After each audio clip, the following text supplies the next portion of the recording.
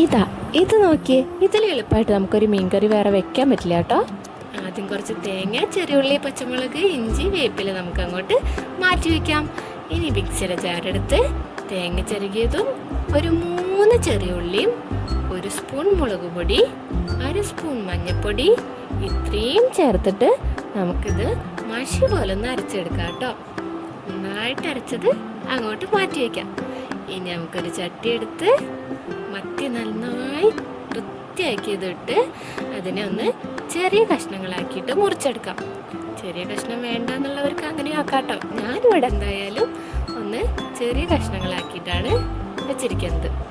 ഇനി നമുക്കതിലേക്ക് നേരത്തെ അരച്ച് വെച്ചിട്ടില്ലേ, അതങ്ങോട്ട് ഒഴിച്ചു കൊടുക്കാം.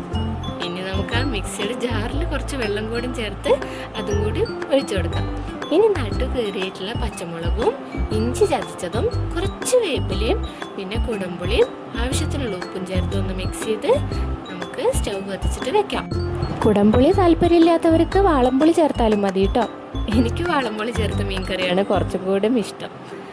ഇപ്പം ഞാൻ ഇവിടെ കുടംപുളി ചേർത്തു എന്നേ ഉള്ളൂ. ഇനി നമുക്കതൊന്ന് മൂടി വെച്ചൊന്ന് വേവിച്ചെടുക്കാം. നന്നായി വെന്ത് കഴിഞ്ഞാൽ നമുക്കൊരു പാൻ വെച്ച് അതിലേക്ക് നല്ല വെളിച്ചെണ്ണ ഒഴിച്ചു കൊടുക്കാം കേട്ടോ. വെളിച്ചെണ്ണ ഒഴിച്ചു കൊടുത്ത് ചെറുതായിട്ട് അരിഞ്ഞിട്ടുള്ള ചെറുള്ളി ഒന്ന് മൂപ്പിച്ചെടുക്കാം.